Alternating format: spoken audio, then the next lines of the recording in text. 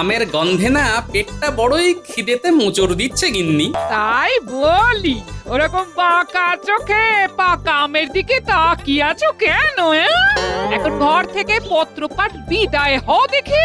এই যাও যাও যাও, রাজসভায় যাও। সারাদিন শুধু খাই খাই খাই। ওহ, আজকে তো রাজবাড়িতে ভোজ। এই যাও না, তৈরি হয়ে নাও। ওহ, তুমি তো আম কেটে দিলে না, যাক রাজবাড়ি গিয়েই খাবো বৈদ্যর বাগানের আম। পেটটা ঠিক থাকলেই হয়। ওহ, দেখো মা, দেখো। ওহ,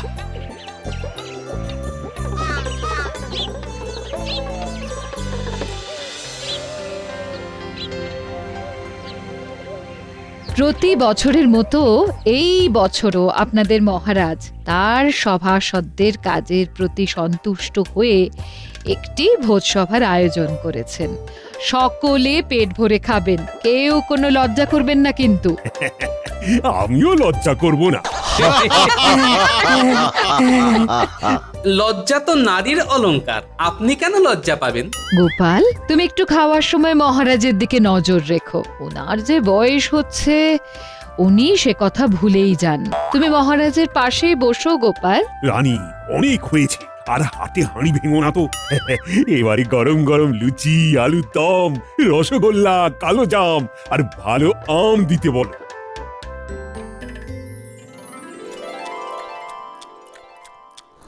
রানীমা, আপনি কখন খেতে বসবেন? আমাদের তো খাওয়া প্রায় হয়েই এলো। আজকের দিনে আমি সবার শেষে খাবো। তোমাদের রানীমাও আমার মতোই তোমাদের ভীষণ ভালোবাসেন। সকলের পেট ভরেছে তো, আবারও বলছি, কেউ লজ্জা পাবেন না। জব্বর খেলাম। বেশ বেশ, এবারে আসছে রাজবৈদ্যর বাগানের আম। ধন্যবাদ বৈদ্য মশাই। আমাকে লজ্জা দেবেন না রানীমা। তা মহারাজ, আপনার বাগানের আম আমরা কবে খাবো?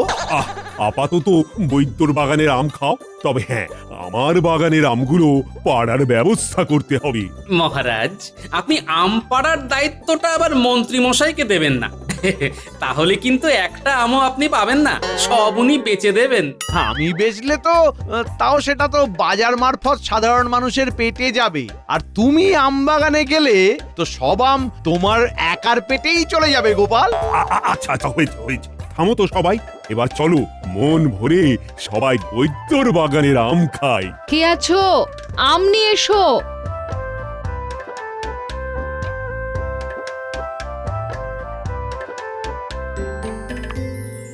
ও বাবা, মহারাজের পাতে কত বড় আমের চাকলা, কত ছাড়া আমার পাতে দিতে পারলো না। আহ আহ, কি মিষ্টি আম গো বৈদ্য।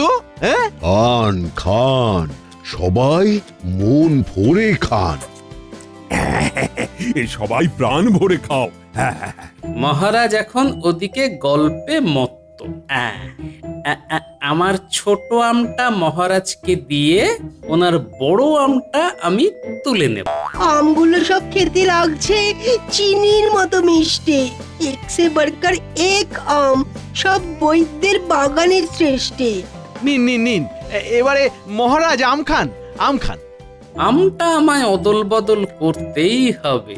ওহ ভগবান, আজ তোমার পরীক্ষা দেখি। মহারাজ ওদিকে তাকিয়ে এই সুযোগে আমটা বদলা বদলি করে নি।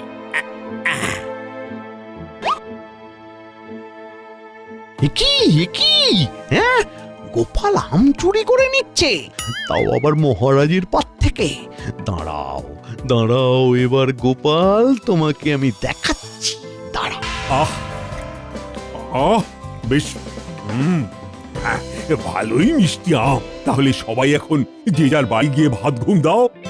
মহারাজ, আপনার পাত থেকে বড় আমটা গোপাল চুরি করলো, বুঝতে পারলেন না? গোপাল চোর! আগে আম চোর। আমচোর? তাহলে মন্ত্রী কি আমায় দেখে ফেললো নাকি? এই সেরেছে, তাই হবে।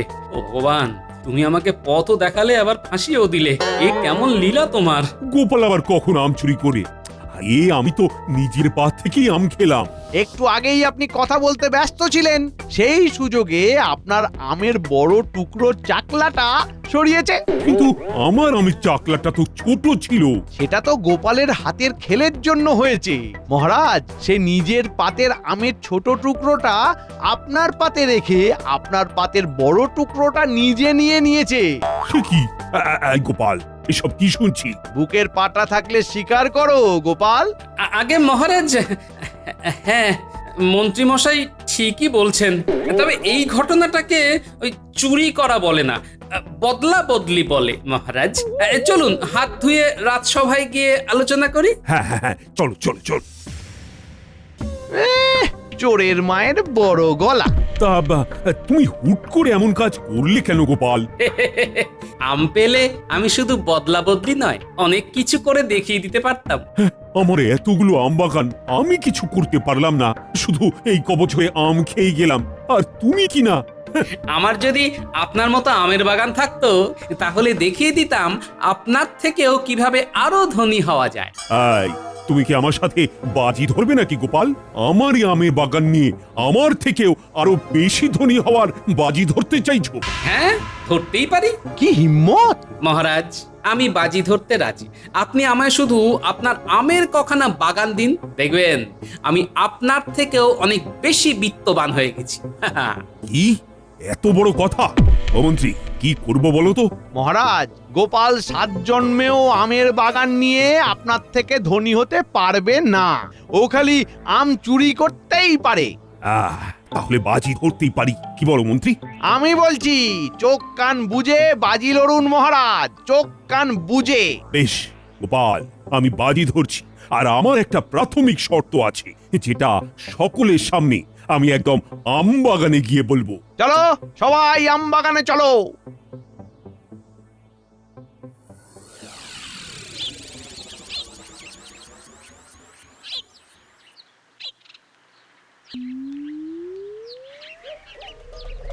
সকলের সামনে আমি আমার এই দক্ষিণের এবং ওই দিকের পূর্বের আমবাগান গোপালকে 3 মাসের জন্য অর্পণ করলাম। গোপাল, ঠিক 3 মাস বাদে যদি তুমি এই বাজি না জিততে পারো তাহলে পরিবার নিয়ে তোমায় এই রাজ্য ছাড়তে হবে। আর মহারাজ, যদি আমি জিতে যাই তাহলে? তাহলে এই রাজ্যের নাম পরিবর্তিত হয়ে তোমার নাম অনুসারে হবে গোপাল নগর। কি রাজি তো? হ্যাঁ মহারাজ, আলবাত রাজি। দেখা যাক পরবর্তী 3 মাসে তুমি আমার থেকেও ধনী হয়ে এই রাজ্যের নাম নিজের নামে করতে পারো, নাকি এই রাজ্য ছেড়ে অন্য রাজ্যের বাসিন্দা হও। হ্যাঁ মহারাজ, সময়ই কথা বলবে। ঠিক 3 মাস বাদে মহারাজের সিন্ধুকে সঞ্চিত মোহর এবং গোপালের আয়ের মোহর গোনা হবে। দেখা যাক কে জেতে আর কে হারে।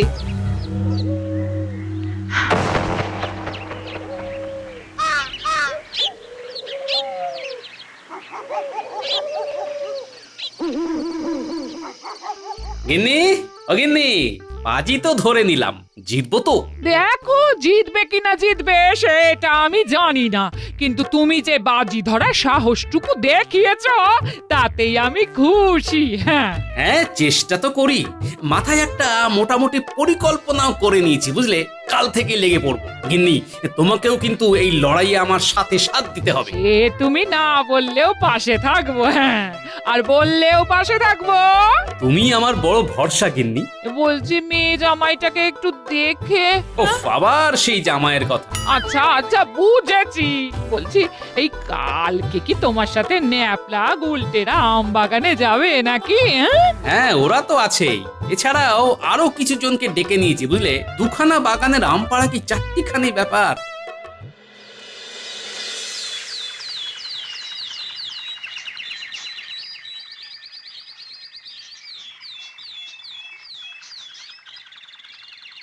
দাদু, ও দিদা, দরজা খোলো। আমরা এসে গেছি। আম বাগানে যাই রে যাই।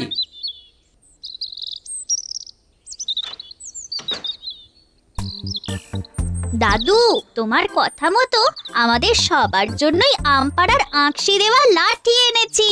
ভালোই হবে, সবার হাতে একটা করে লাঠি থাকবে। দাদু, তুমি যে বললে আমগুলো পেড়ে আমাদের আরো বিশেষ কিছু কাজ আছে? কই কি করতে হবে সেটা তো বললে না। এই হ্যাঁ, তুমি তো আমাকেও বললে না। আম নিয়ে কি পরিকল্পনা আছে তোমার মাথায়? বলছি সব বলছি। আমরা দুটো বাগান থেকে মোট যত আম পারবো তার ভেতরে কিছু আম শহরে বিক্রি করে দেব, কিছু আম নিয়ে চপের দোকান দেব, এই আমের চপের আর কি। আর কিছু আম নিয়ে আমের শরবতের দোকান হবে। তারপরে বাকি যা আম থাকবে সেগুলো নিয়ে আমার অন্য পরিকল্পনা আছে। সেটা আবার পরে বলবো, এখন নয়। এখন সবাই চলো আগে গিয়ে আম পাড়ি।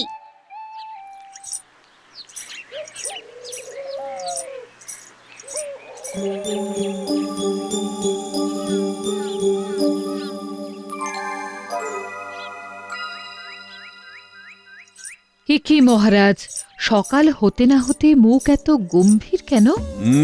ছাদ থেকে দেখলাম গোপাল আম বাগান থেকে আম পেড়ে গরুর গাড়ি বোঝাই করে নিয়ে যাচ্ছে। মহারাজ, গোপাল আপনাকে টেক্কা দেওয়ার বাজি ধরেছে বলে মুখ ভার করে আছেন, নাকি আশঙ্কা করছেন গোপাল সত্যি সত্যি যদি আপনার থেকে ধনী হয়ে যায়? কি হয়েছে যদি একটু মন খুলে বলেন। আশঙ্কা করছি, সেই জন্যই তো মুখ ভার। আরে গোপালের মাথায় প্রচুর বুদ্ধি, সেটা তুমি তো জানোই। যদি সে সত্যি সত্যি বাজি জিতে যায় তাহলে কৃষ্ণনগরের নাম বদলে গোপালনগর হয়ে যাবে। ভাবো তো কি লজ্জা। উপরওয়ালাকে ডাকুন যাতে আপনার মান সম্মান বজায় থাকে।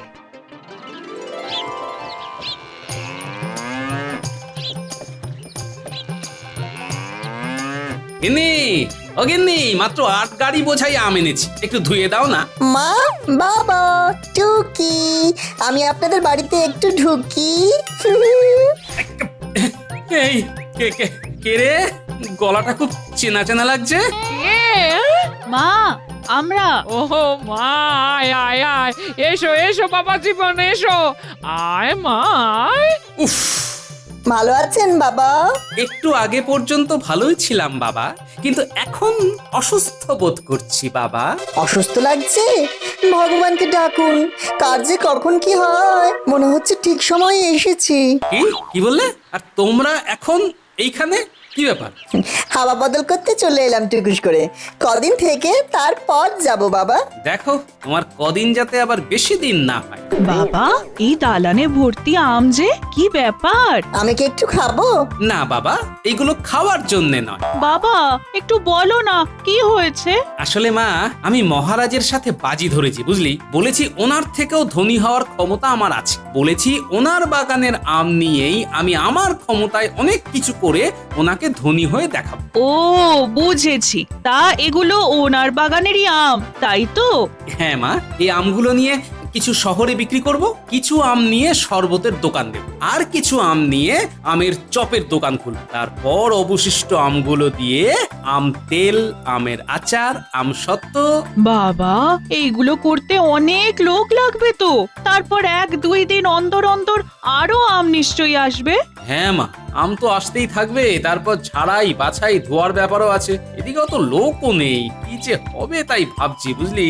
কিচ্ছু ভেবো না বাবা, আমি আছি, তোমার জামাই আছে, ও সব আম ধোয়া বাছা করে দেবে। আমি এখন আম ধোবো? শুধু আম ধোয়া নয়, অনেক কাজই করতে হবে, চলো। যাক, ভগবান মুখ তুলে চেয়েছেন।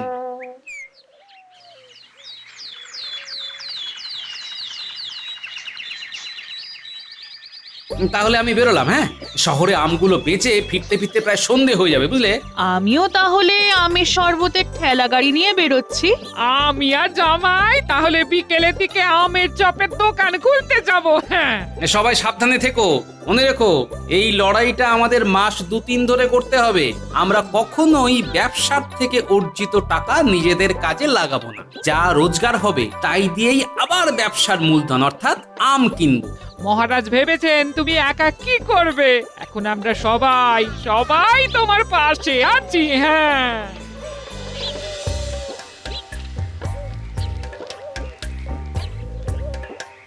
কাঁচা আমের মিঠা শরবত, 1 ঘটি 1 মোহর। কি দারুণ চপের গন্ধ, খেতে ইচ্ছে করছে। রসে ভরা দারুণ আম, 5 মোহরে 1 সের।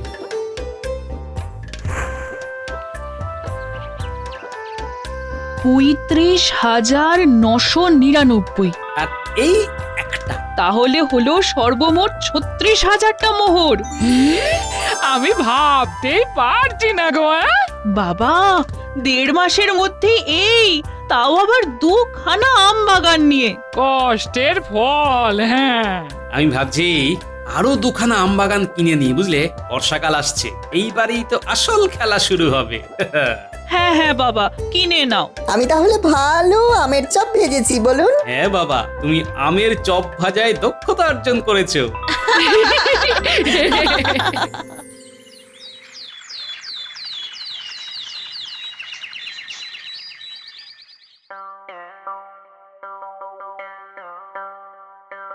কি ব্যাপার গোপাল, এখন রাজসভায় যে? কি ব্যবসা লাটে উঠলো নাকি? আগে না মন্ত্রী মশাই, মহারাজ, আমি আপনার থেকে 2খানা আম বাগান কিনতে চাই। কি?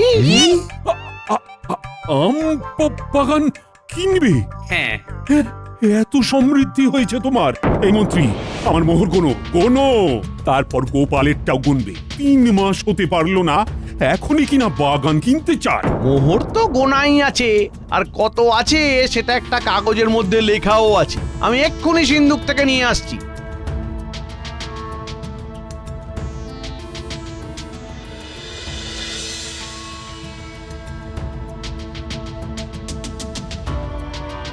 মহারাজ, আপনার সর্বমোট 36,500। এবারে গোপালেরটা দেখো। আমি হিসেব করেই রেখেছি মহারাজ, এত মোহর আনতে পারিনি। তা তোমার হিসেবে কত হয়েছে শুনি? মোট 36,000 আছে। কি ব্যাপার গোপাল? 500 মোহরে আমি এখনো এগিয়ে আছি। তুমি কখনোই আমায় টেক্কা দিতে পারবে না। যাও যাও, আমি আর আম বাগান দেব না। ভেবে দেখুন মহারাজ, এখনো 3 মাস হয়নি, তাতেই আমি আপনার ঘাড়ে নিঃশ্বাস ফেলছি। যাকগে, আসি। আমার বরাদ্দ 3 মাস শেষ হলেই না হয় দেখা হবে মহারাজ।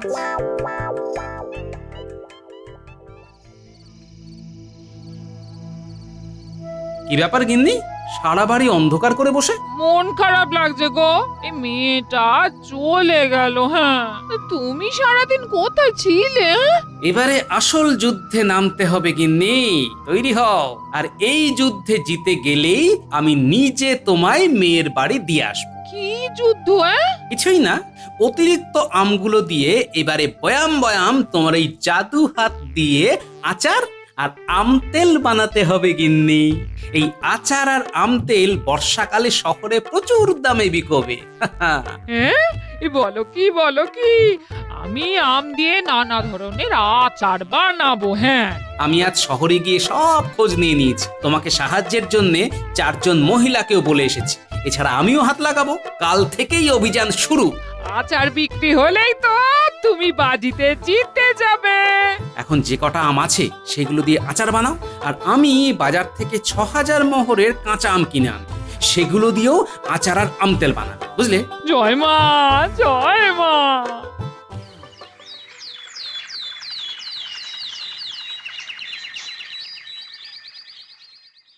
কি ব্যাপার, গোপালের মুখে এত হাসি যে? আগে বিজয়ের হাসি। গোপাল, এত স্পর্ধা, এত আত্মবিশ্বাস ভালো নয়। মাঝে মাঝে আত্মবিশ্বাসটা প্রকাশ্যে আনা ভালো মহারাজ। গোনা শুরু করো খাজাঞ্চি, আগে আমারটা করো। জোরে জোরে গুনবে। আই মন্ত্রী, তুমি খেয়াল রাখো।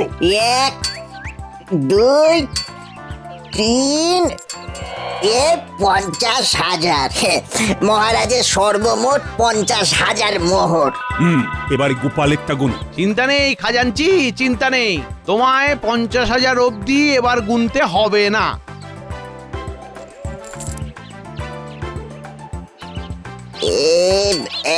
এক, 2, 3, 49,999। কি হলো খাজাঞ্চি, সব মোহর শেষ তাই তো? জানতাম গোপাল হেরে যাবে। আমি তো বলেইছিলাম মহারাজ। মহারাজ, মোহর এখনো শেষ হয়নি, এখনো থলিতে 10টা মোহর আছে।